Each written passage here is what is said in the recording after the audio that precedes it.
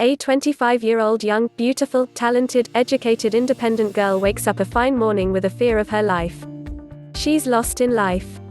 Hammered with pressure on redefining what the meaning of life is all about. She's working with a happy, satisfied salary and colleagues, she has the world's best parents to support and her elder sisters more her younger for her knowledge, still she is lost. Every evening she walks down her way, she always questions her inner sense, what is life? Trying to figure out some answers for that day which actually helps her sleep peacefully. Every day she sleeps she'd some consolation which was not one, still she slept. Right, the next morning she woke up with the same symbol. That morning she had a glimpse of my 25 years of life, she wanted to understand herself, she wanted to know where life is taking her or where she's taking her life. She just wanted an actual definition for a successful living. She started recalling happiest moment of life, she got many different scenarios which she felt is not the key to her answer, so she concluded that it all lied in ourselves which actually makes us happy. It's called nature of life, living that, accept life as it comes, which is the key to your health, happiness, and peace is what she digested. So what is she given this life now? Have one ever got this question? Since the moment we are born we are just meant to follow footsteps of all our ancestors, we learn, we grow, we get educated, we become knowledgeable, and we get experienced. Is this it life? When you are living your last days of life, you leisurely sit and cherish the moments you live, but does it make you proud, out of the world? Are you unique? Did you try to be a footsteps to anything new in this world? All these questions started haunting her that day. She tried figuring out everything happening around her unusual, she felt things are not as people are taking it. Having the most precious birth as humans, it is our priority that we contribute towards the thankfulness of having it. Are we contributing it? She decided to make this a principle of living, she wanted to preach this idea in an effective way that from birth to death it is not just a living you live as you are taught to live. Love life back, give it a thanksgiving which in turn makes you happy. She took her planner to start away in what ways she could make it viral in the market. She learnt the fastest media which is more effective, she spoke to people about it, she wrote on blogs, she posted on all her social media.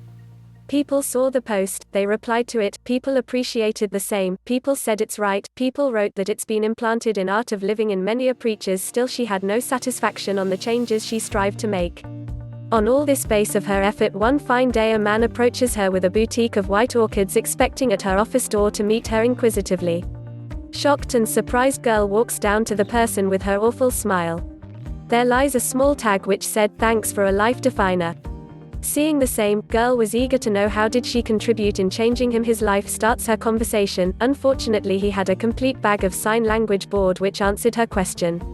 She wept within, she took him to a coffee shop, started her conversation with a question that why has he approached her to thank her. He explained with all his sign language which she suffered to learn.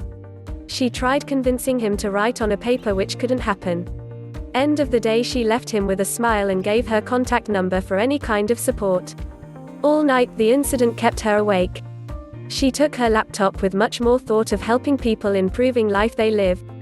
She started posting incidents which is against the humankind in an informative way. She learnt from her own experience and one fine day she receives a message with the same lines, "Thanks for a life definer." She was inquisitive to know who was the person, she dialed, her heart leaping faster with excitement. A man speaks up, "Hello." She replied, "Hey, are you the same man whom I met at my office?" A feeble voice turned up with an yes. She was surprised that he could talk, she had many questions on her mind, still holding her breath she asked, "How are you?" He hung up his call, dropping a text. "Please meet me at Orphan Hospital by 1 p.m. She walked down her way to meet him and carried some basket of fruits and edibles for people there. She reached the place. She could see a very serene atmosphere with pre-lunch prayer, so she waited. After the lunch she met the office personnel and explained that she wanted to meet a person whom she don't even know by name. She looked all around for him, he was not there.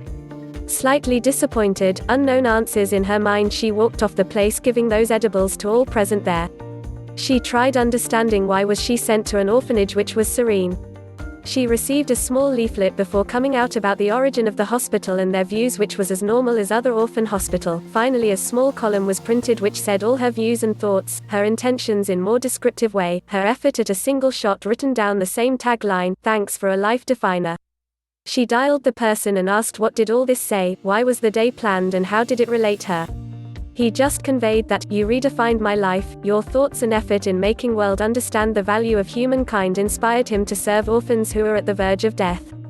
He said it's a thanksgiving to his life and her for her inspirational words. All her effort on A Glimpse came out as a tear, which in turn helped her to have a satisfaction of some portion that she could be a humankind. End.